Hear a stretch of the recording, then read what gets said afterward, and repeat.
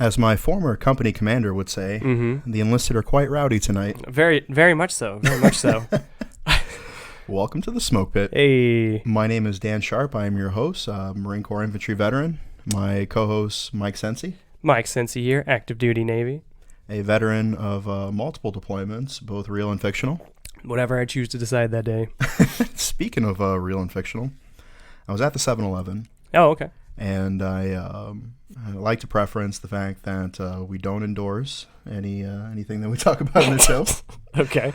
However, comma pause for effect. Sure. I saw a sailor there. What I thought was a sailor. Okay. Why did you think it was a sailor? Because they were wearing the guacamole camis. That makes sense. That adds up. And then when I walked closer to the sailor, as I was on my way to get my nachos and various things. It's bulking season. Yeah, I noticed that there was a lot of discrepancies with the uniform. Okay. You know, the bag they were carrying was out of regs. The hair was out of regs. The uniform wasn't squared away. And so immediately my first thought was like, this is not a real service member. Okay. And so, I walked up to him and I was like, brother man, what's up with your hair? And he looked at me and was like, well, nothing. I was like, just get back from deployment or something? Yeah. Like, I remember there's certain times you get back from deployment, some of the rules go out of the window. Oh, absolutely, yeah. Like, you go to the 7-day store, get you some refreshments that you've been missing out on. Oh, right. Yeah. And so, I was wondering, maybe he just got off a ship and he was just living his life. Sure. And he's like, no, I don't know. I kind of looked at him for a second. I was like, all right. And just walked away. Okay. As when I was a younger man, I feel like I probably would have gotten angry, I would have felt that it was disrespectful to wear the uniform and not have earned it, especially, when, you get the title of U.S. Marine, that it's very difficult to earn. And then, for other branches and then the qualifications that you get and the friends you lose along the way, a lot of guys take that personally. Very true. And so what I decided, though, was that in 6 months, is this going to bother me still? Am I still going to be mad about this in 6 months? Is it worth getting into an altercation with a civilian? Is it worth potentially, ending up online or embarrassing the military over something like this? So what'd you do? I walked away. It's very big of you. Because at the end of the day, if it's not going to affect you in 6 months, why get mad? Yeah, no, it's very true. However, what a lot of people will do is the opposite. Yeah, well, yeah. And then they won't worry about what's going to affect them in 6 months. Like their transition. So as they're getting out of the military, they don't prepare. They will put more passion and effort and energy into harassing somebody for being stolen valor than they will in their own military transition. That's true. That's a really good point, actually. Yeah. And to me, getting out of the military is quite possibly the biggest decision of your life. Yeah. Because I feel like going into the military is almost like a water slide. Okay. You climb the ladder, you have anticipation and anxiety, but once you start it, you're on your way, baby. Yeah. Full send. You can't stop the ride. Yeah, that's full right. send. Yeah. and then you take its course. But getting out of the military, it's like standing standing at the edge of a precipice. If anybody is like a base jumper or has ever been skydiving, there's a million different things that you can consider. You could literally land anywhere within a large radius of where you jump from. You have to decide how long to fall, when to pull your cord, what direction to aim, how to land. There's just a ton of factors that go into it. And a lot of people are so eager to get out of the military that they don't plan. Yeah. They don't put the same effort into preparing for the rest of their life as they would for preparing for a 2-hour-long convoy. Right. Or a 3-hour-long foot patrol. And so you still being active duty, how often do you hear people talking about their plans when they get out? Oh, I mean, all the time, constantly. And a big thing, especially when I was with the Marines, because you guys are such an animated bunch, everything you do is much more robust and with more passion. And here we go! Yeah, exactly, yeah. I mean, you literally yell "yut." It's not a word, but...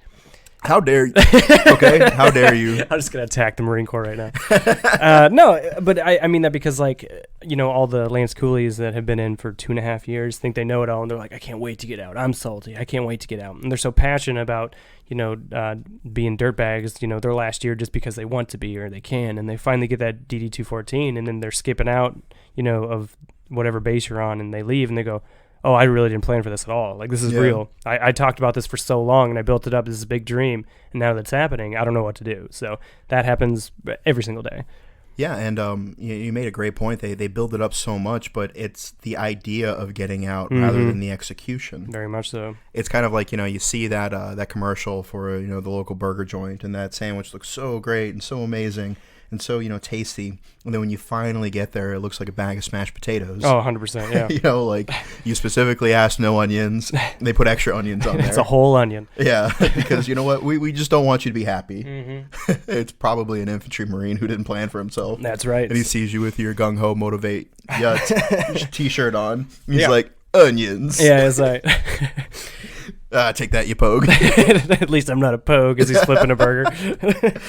Yeah, and so for those of you who are new to the show, Mike is an RP, which is a religious program specialist. Yeah, thank you. Thank you for knowing that, Daniel. Yeah. And so his job is to assist and protect the chaplains as they are non-combatants. And so Mike actually went through School of Infantry. I did. And obtained the 0311 MOS. That is correct. Yeah, and then served a lot of coffee. And then now I'm just a tactical barista. So, yeah, lower expectations. Cry precision. Yeah, that's right. You have 30, like your $37 top on, $67 frog bottoms. All these small arms trainings just so I can shoot coffee out of people's hands. Be like, that's decaf. That's not what you wanted. That's too much caffeine for you chaps. Yeah, exactly. Yeah, he's like, thanks, RP. No award. Demotion. Yeah, as they were one to do. Yeah, and so we used to call our chaplain Padre. Yeah, a lot of people do. Why do you think that is? I mean, strictly because the Catholic faith started that, but also because I know that's what the Royal British Marines do. So. Oh yeah. Yeah, that's what they copied from. Yeah, that completely that completely shoots my theory down. Oh, what was it? Because I didn't actually hear that until I got to 29 Palms. Okay. And you know how the Marine Corps does, if you enlist east of the Mississippi, you go to Parris Island. If you're west of the Mississippi, generally you go to Camp Pendleton. And then depending on where your requests are, and so you have a lot of Hispanic and Spanish Americans who join the military, and a lot of those are come from my birth state, Texas, and where I was stationed in 29 Palms was also stationed in Camp Lejeune. But right, so you get a lot of Spanish guys and Latinos who end up in like 29 Palms.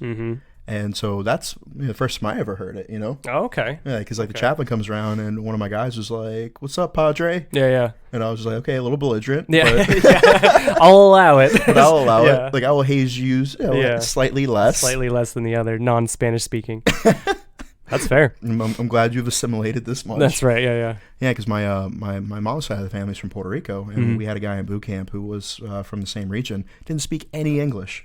Oh, wow, okay. Yeah, so, can you imagine, not speaking the language and showing up to Parris Island? Yeah. Or, Great Lakes or, wherever else? Well, it's funny because you hear those stories, especially back in your day, I think. Oh, it was not what I meant, but... You old dirtbag. Yeah, but you're super old. Anyway, back in your day, I feel like it was a lot more common because the wars were still going on hot and heavy. Yeah. And, it wouldn't be uncommon to hear a guy, from the Philippines comes and he's not used to a full-blown shower, so he's using the mop bucket to bathe in and stuff like that. So it is it's pretty cool how people assimilate and actually become productive, soldier, sailor, airman, Marine. Yeah, I to address your point though, the fact that the Marine Corps gives you a curve on your physical fitness test at the age of 27, right, I think is very telling. The Marine Corps is a very, let's say, stingy organization. They're like, why do you deserve an award? Do your job. You're a Marine. You're supposed to be, a long ball hitter. Your award is the Marine Corps. Yeah.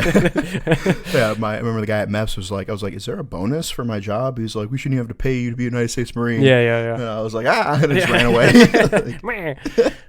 And so at the age of 27, the Marine Corps considers you old and busted. That's fair. Yeah, so the idea that every year in the infantry is 7 years on your body. Yeah, very true. So by that aspect, I'm 115. You look good. Yeah, you look good. I moisturize, I do Pilates. No, you look good. Yeah, thank you.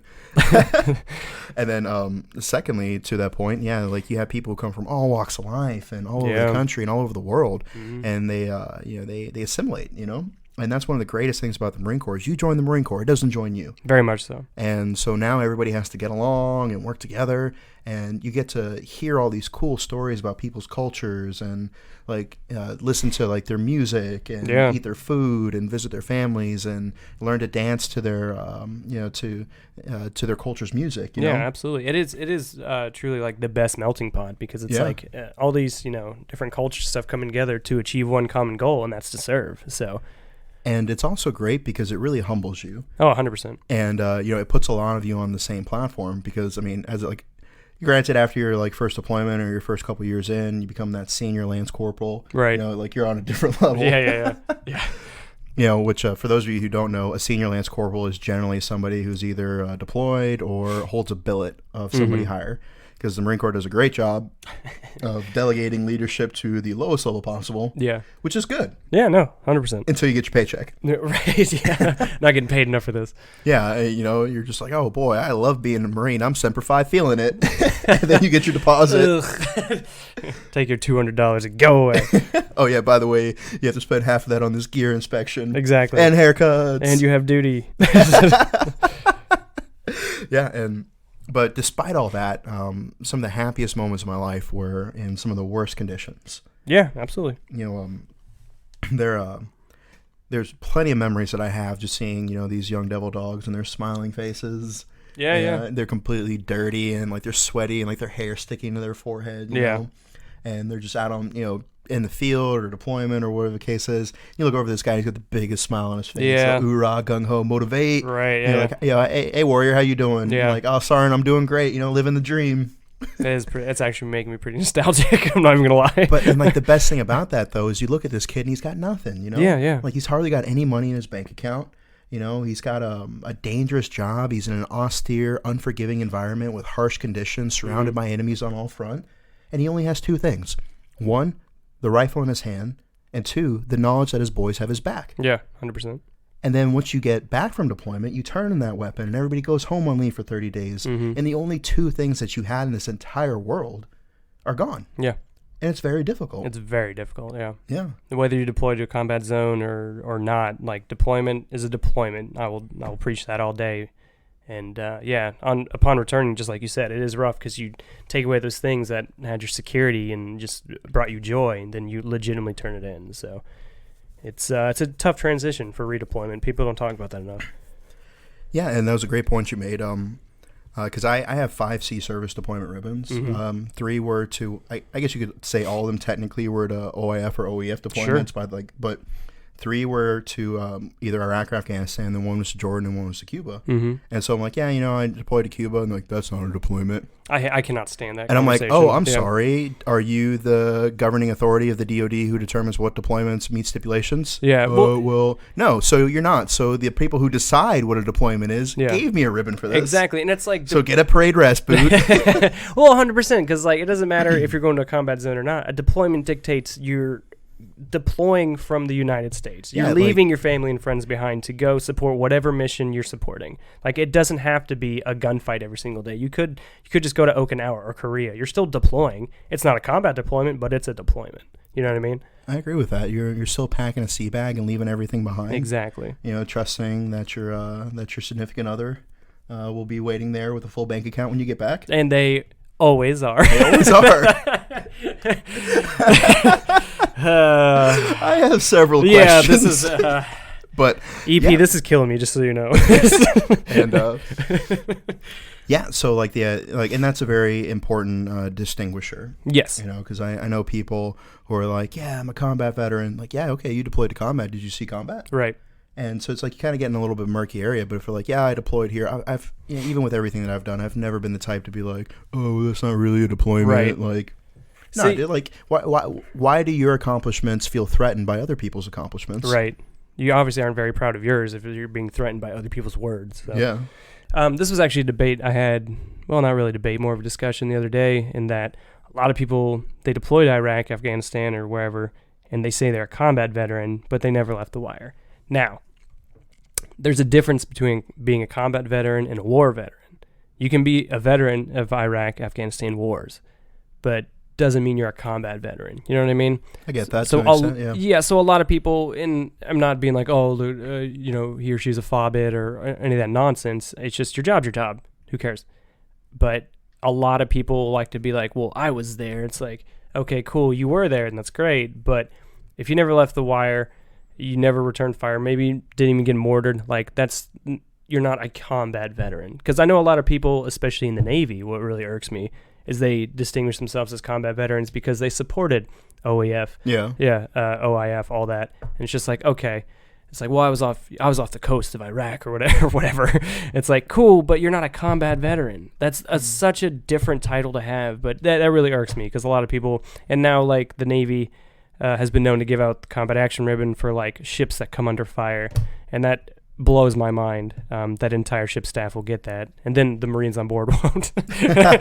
So it's either fair or it's not. But yeah. I always make the joke. It's like, so there was one back in the day that like somebody came on the pier and like shot an RPG at the ship, missed it completely. Like, yeah, 900 meter. Yeah, it wasn't even close. Like security gunned him down. Like there was no real threat, and then the ship deemed it appropriate to give everybody on board a combat action ribbon because they'd seen combat. And so the joke that was going around a lot was like, you know, some cook in his rack after working, 15 hours finally gets some shut-eye, and somebody from, N1 comes up and shakes him and is like, hey, you need to update your record. You have a combat action ribbon. He's like, oh, okay, then just rolls back over. Oh, cool. Yeah, oh, cool.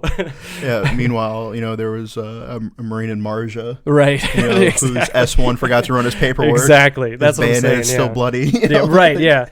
Because somebody went over an IED and didn't get a return fire. So it's like, well, you technically don't raid a car, Yeah, so. God, I hate those technically people. Yeah, I hate them. And so it's kind of funny too that that you said that, where the idea that somebody like, okay, like you can be a combat veteran, I'm not gonna take that away from you, or whatever. Sure. Like I said earlier, live your life. Like, 100%. Yes. Like you don't pay my bills, I don't pay your bills. Exactly. Yeah. Unless I do pay your bills. Yeah. And then some of these. And so you have people who they're like, like kind of a throwback to our lasagna episode. Yeah. Check us out on iTunes and Spotify if this is your first time listening to us. And YouTube as well. YouTube, Instagram, Facebook. And so there was a young lady who was very upset with somebody for something. Yes. And she gave him what for. The old what for. Yeah, and she'd been in the Navy for half a heartbeat. And she's like, I'm fighting for your freedom every day. Woof. And it just took like everything that I had to be like, no, you're not. No, simply no, you're not. Yeah. No, like not to take away from anything that you've done by serving, because that's still more than 99% of people have done. Very true. But you can't go around telling people you're fighting for their freedom every day if you're not fighting anyone. Yeah.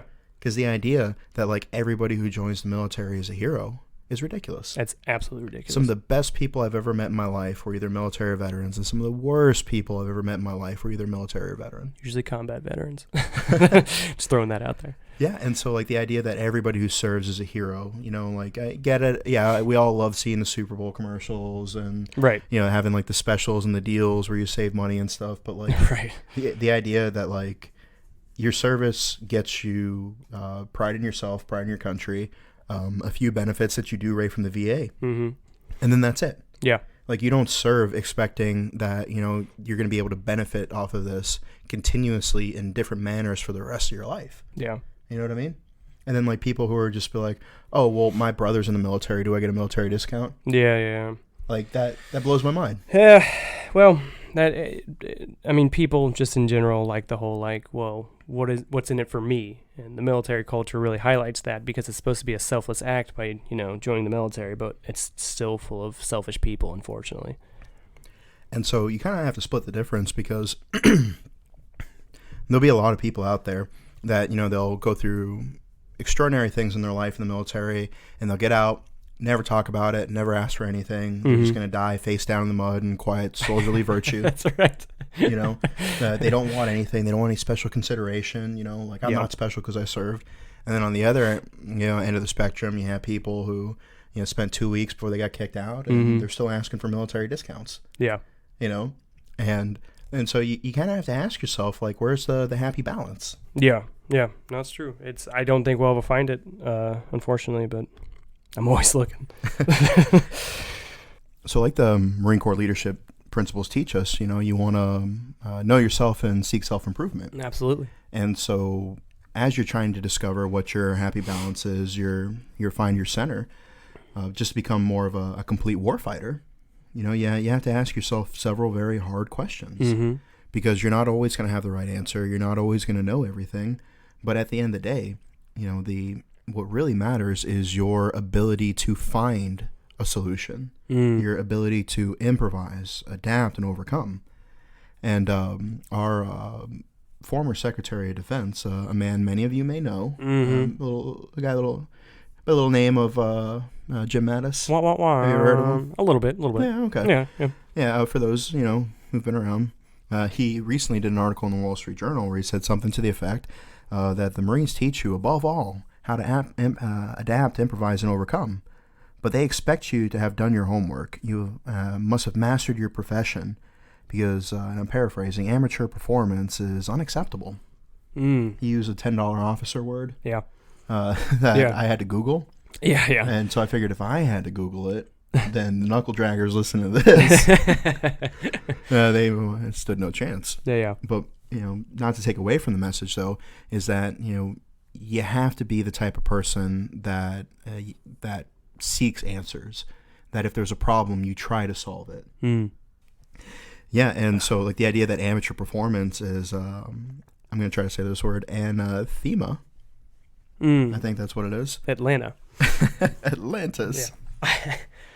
Yeah. The fact that, it's just not tolerated, Yeah. You can't expect it to be a United States Marine or a United States sailor or airman or soldier, whatever the case may be. Coast Guardsman. Yeah, and be an amateur. True. Very true. They expect you to do your homework, and because nobody's going to hand you the answers. Anathema. There we go. Hey, Atlanta. Yeah.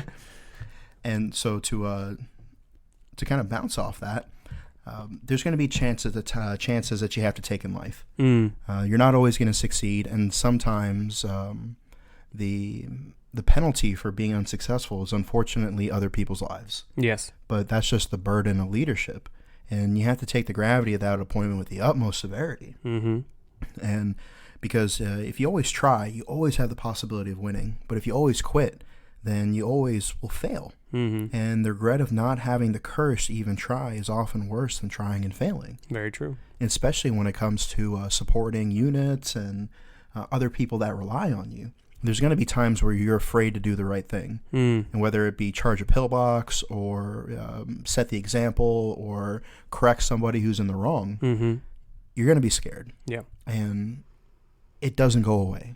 Whether it was my first deployment, as a saw gunner, and running into gunfire and yelling Semper Fi, because it was the only thing I could do to muster the courage was to think about Marines of yesteryear. Very true. To run out into the street and gunfire peppering all around me to get to the next compound to do my job. Terrified. Yeah. Oh yeah, absolutely. Terrified. All the way up to my fourth deployment when I was in Afghanistan. Even more scared because now I was a squad leader, and you feel like a fraud because your junior Marines look to you and they expect you to have all the answers. They expect you to know what to do at all times. They're looking at you to keep them alive, and to look somebody in the eye and know that their life, their death, their happiness, their physical well-being, their emotional well-being, everything depends on you and all the decisions you make. It's terrifying. Yeah. And you have to put on that front of confidence, because you want your men and your women to have a confident leader. Yeah. Because that's what they deserve. Because at the end of the day, they deserve somebody who is worth leading them. That's why you have to strive to be strong, both physically and mentally. And morally. You have to do your homework. You have to do your research. You have to study intel. Anybody who tells you that an infantry marine or any sort of service member is an idiot is full of themselves. Like they're grossly uninformed. We have some of the best doctrine from any military in the world, and it's so good because we learn these lessons in blood, not only ours but of battles and commanders of other militaries, and we read their memoirs and we read their biographies and we put them into our bios, and we play tactical decision thinking games. We do after actions. We study other battles. We have great leadership courses. Yeah. And so one of the worst things about being a leader is that you feel like a fraud when you are scared. Yeah. But at the end of the day, your fear doesn't matter. all that matters is doing your best to get those men and women home to their families. Mm. And a lot of times you have to sacrifice your personal safety, your own comfort, your own physical health and sleep and sanity in order to accomplish those missions. Because the only reason you exist as a leader is to be at that point of friction and to mitigate stress the best you can. Mm-hmm. And the Marine Corps does a fantastic job at putting these scenarios and these lessons and these morality strengtheners into their leadership courses. And so Mike here went through the Marine Corps Martial Arts Instructor course. Mm-hmm. You know, he's the only Navy graduate of that course. At the time, yeah. At the time, yeah. And you know, he received his tab. Mm-hmm. And so what was your opinion of the leadership course? Of that course specifically, I was actually just super impressed at how much they put the pressure on you to become a better leader, a better fighter, because the stigma goes is like, okay, you go there to, you know, like you said earlier, to do break falls 1,000 times and to kick each other until, you know, your shins are bruised, which there's plenty of that, but like a lot of it was just like, it's giving you the confidence and the skills necessary to teach people these techniques and, you know, these stories of like warriors that came before us and like all these other things. And yeah, I was just really impressed at how professional it was for what a lot of people call just a kicking class, you know. It's Marine Corps led, obviously, so it's all very head down, you know, push through, but it's also there's a lot of good stuff to be learned. So I was actually just super impressed with that, especially with like there's one staff sergeant, because I was actually struggling at the beginning of it because it was so different from everything I've ever done. And he was like, look, man, he's like, because you have to do like mock instruction stuff for your class and stuff. And he's like, I know you're the RP. You're used to like people coming in like, hey, man, you all right? Have a seat. Let's talk. He's like, but here, he's like, that you got to push that aside. He's like, you're here to lead. And hammer fist them in the face. Exactly. And he was just like, look, man, he's like, that stuff is not here. He's like, you're here to be a martial arts instructor. Like, yeah. You need to have the confidence to do this. To hammer fist people in the face. But yeah, no, I just, especially for a course like that, where it's a lot of physicality, it's just the classroom work that went into it as well was just very impressive. Yeah, I when I was going through my martial arts instructor training, I never got the trainer certification because I did the smart guy route, and I just got my black belt. I did both, but whatever. And so that way, when it was time to do MCMAP in the unit, I just walk around with my arms crossed and like point out little discrepancies. Yep. And the instructor's like, "Hey, you need to do this." I'm like, "You're not even qualified to test me. Get out of here, green belt." Exactly. Yeah. And they'll shoulder throw somebody else. Yeah. Yeah, might teach you what a reap throw is later on. Exactly, yeah. You don't even know. Catch these black belt hands later.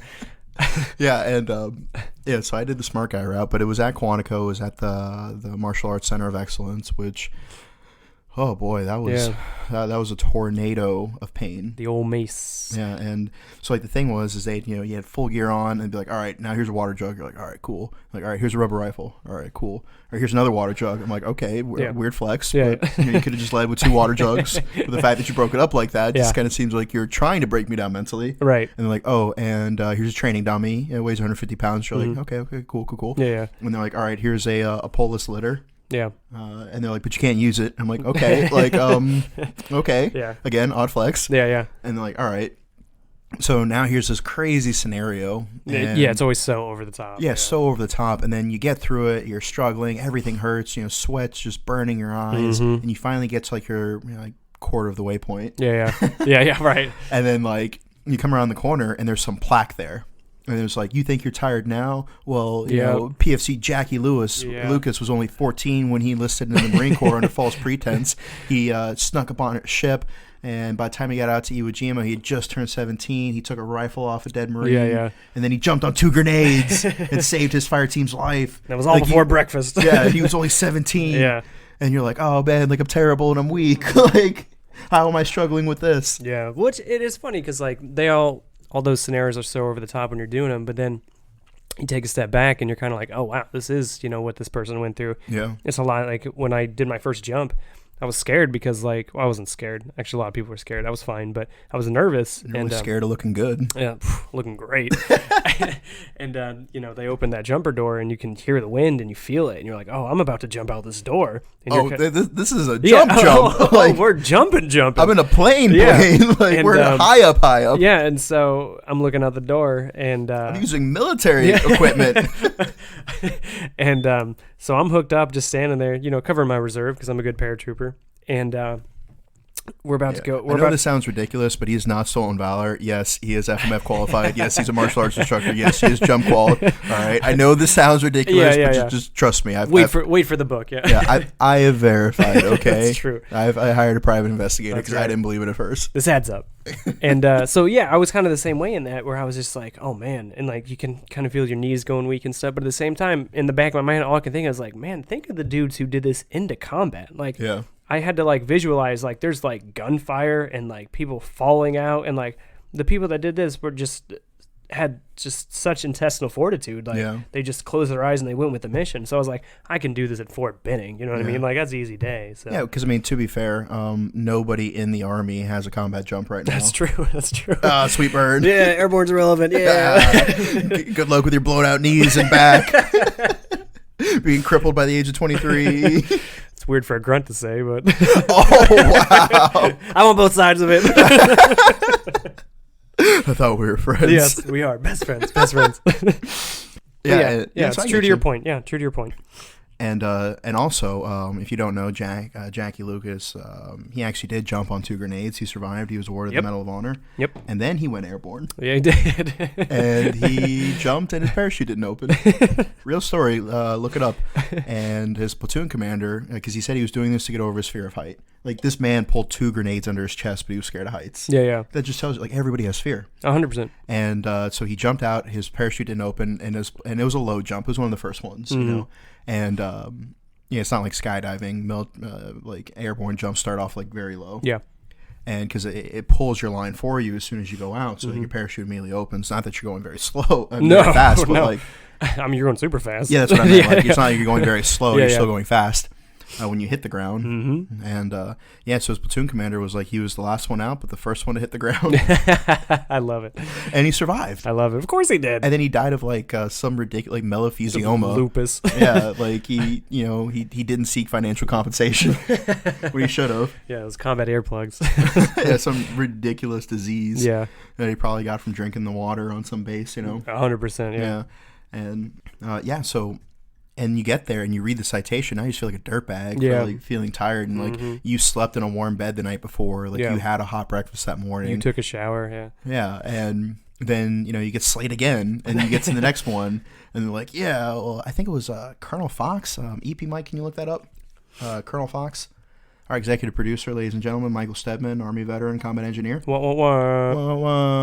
it was John Ripley. Yeah, that's right. Thank you. John Ripley. He was. Very, very, very well known for a thing that I believe he was like force reconnaissance in like Vietnam, and he was a colonel, and he was in a force reconnaissance platoon. He was awarded the Navy Cross, but there's a very famous painting of him, and like it was his job to demo this bridge, to deny the like an entire enemy regiment the ability to cross upon it, and so he like. I don't know where his team was, if they were like providing supporting fire, but he went out there and he like basically monkey barred under the bridge while like setting demo charges. Oof. And like this like entire regiment of like NVAs like shooting at him. Yeah. And they're just missing terribly. Of course. Well, they didn't have those good PMIs in boot camp. That's right. Yeah. And so he's sitting there and he's got like dozens of pounds of weapons and gear and explosives on him. And he's monkey barring under this bridge under withering enemy fire. And it's like he just woke up and showed up to PT to do it. Like he'd already been on mission. Right. And he rigged this bridge to blow. He got off and he blew it up and denied the enemy access to this bridge. He was awarded the Navy Cross. And so they're like, all right, because he did it, monkey bars. Yeah. Like, I love it. I love it. And so it's like that, like you go through these leadership courses, and I remember I was in a corporal's course. I had just left 3rd Battalion 6th Marines, and I went up to Quantico to be an instructor at the Basic School for Officer and Infantry Officer course. and I went to corporal's course, and it was the first time that I'd ever been around non-infantry Marines. Okay. Like we had maybe like an engineer here or there, but they're usually asleep in the Humvee. Right, of course, and, obviously the corpsmen, but those aren't really considered non-infantry. Like, it's like one of those things where like you can tease them, but if anybody else called your doc a pogue, of course, instant hands. Yeah, even if he is a pogue, even if you're a pogue. Yeah, exactly. And one of my best friends was an S1 clerk, and he was very mad about something, and it was something regiment wasn't doing. Like they weren't sending him like the paperwork that he needed to file the travel claim for this Marine who needed to get to a course. Mm-hmm. He's like, oh, those pogues up there, and I was like, bro, like he's like, no, like yeah, he's like, let me have this. Yeah, exactly. Yeah, I was like, that is our word. I was just about to say that is our word. But I mean, I like the spirit of which he was doing it. Like, yeah, and so yeah, you got a pogue pass. Yeah, he got one, and so. I was at corporal's course, and I met these other Marines, and it was very interesting, like learning about like what their way of life was like. Yeah, because in the military, you only get like a small snapshot of what the military actually is. Whether it's your squad, your platoon, maybe your company, maybe to an extent your battalion if you have boys in other units, but very rarely do you ever see the big picture. And so I remember being at PFC, and you show up to the range, and like you get issued your MRE and your ammo, and you shoot, and you police call, you wait on transpo, and you go home. But then when I stuck around long enough, and I got to S3, you realize that there's so much more that went into it. Oh yeah, like that operations had to reserve that range at least 30 days ago. Yeah, and they had to deconflict or whatever. And then also did range control. Like range control had to sweep the surface danger zone. Make sure there was nothing back there. Somebody had to plan that range to make sure there was nobody was going to be affected by any potential ricochet. Mm-hmm. That nobody was going to be injured. Mm-hmm. They had to have all the safety features. You have to have the medevac on standby. Yeah, and like all these things that go into it. And then when you show up, like whoever the ammo technician was, because once again I had to do that. Like, right. It was very bad unit. Like I had like 6 collateral billets. Yeah, and like it was just awful. Yeah. But I did get put on like the water walker tier on my fit rep.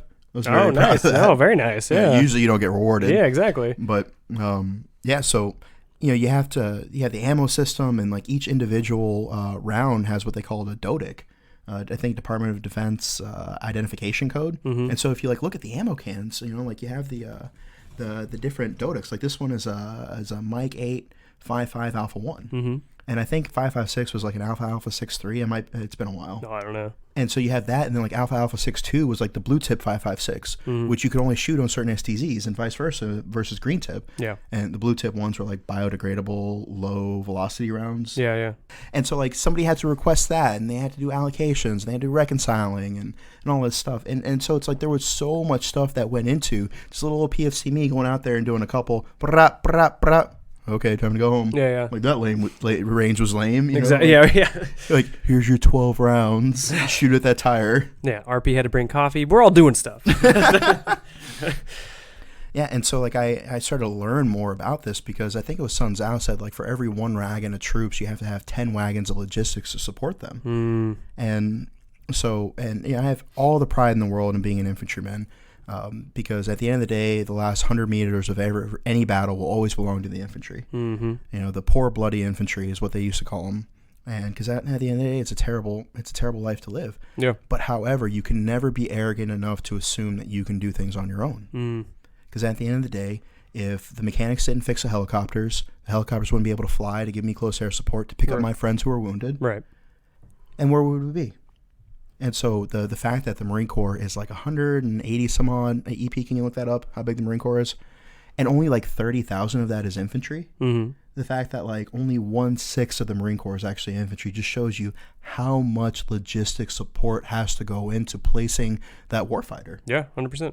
With like with the exception of like some really high tier operators, 99% of the military exists to support that 11 Bravo or 0311. Mm-hmm.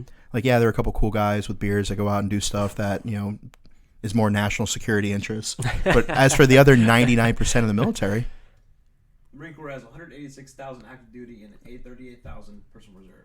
All right, so 186,000 Marines, and only I'm estimating 30,000 because you have like I think like 27 battalions of Marines, and then you have security forces and MSG, which are not all infantry, but you know what I mean, drill instructor, school of infantry. And most are E3 and below. Yeah, and the when the DoD releases statistics, the Marine Corps is typically the youngest branch. Yeah, with it's like 75% of the Marine Corps being E5 and below. Yeah, which is ridiculous compared to the other branches. Mm-hmm. But yeah, so the fact that like 150,000 some odd support personnel support the 30,000 infantrymen, that just goes to show you, like, for every one of me, there's 3 or 4 of them. Mm-hmm. And I can't do my job without that because I am not going to walk myself there. I'm not going to feed myself. I'm not going to supply my own ammunition. I'm not going to supply my own gear. But then at the end of the day, like, if you are on the other side of that fence, because let's play devil advocacy here, like, be humble about your job. 100%. Like, don't go back home and like tell all your buddies that you're fighting every day when you're not. Yeah. You know, you chose your job. Nobody was drafted. Yeah. So take pride in what you chose and be a master of your own craft. 100%. I'm good. So we just wanted to address the elephant in the room. Yes, please. So this did seem probably like maybe like a little bit more PC of an episode. Sure. Because you boys are trying to get elevated. So essentially, let me take it from here. So essentially, we wanted to do one clean episode for larger distribution. Different people, different platforms want to listen to us. And if you are a frequent listener of our show, you know it's very dark. It's very irreverent. It's very over the top a lot Use of the that time. Discount code. Yeah, all the discount codes. You know what it is. Exactly. So we took a liberty and did a PC one. I'm sure there's a few F-bombs in there, but I'm sorry. No, I think really? we're good, yeah. I think I did one, but anyway. Yeah, so if you like this kind of stuff, let us know. If not, it's fine. This is probably a one-off anyway, but I appreciate all the support nonetheless. Yeah, and so for those of you who this is your first time listening, I got bad news for you. Yeah, it gets way worse. It only gets worse from here. Exactly. Same kind of content, much dirtier words. Yeah, and so thank you for listening, supporting us. We are available on all different platforms. Please follow us on Instagram and YouTube and Facebook. Share the episode with your friends. If you have any insights into leadership or space battles or whatever the case is, we'd love to hear it. We love engaging with you guys. We sell merchandise on our website. You can find us at popsmokemedia.com. We got some great stuff on there. And bye. Bye.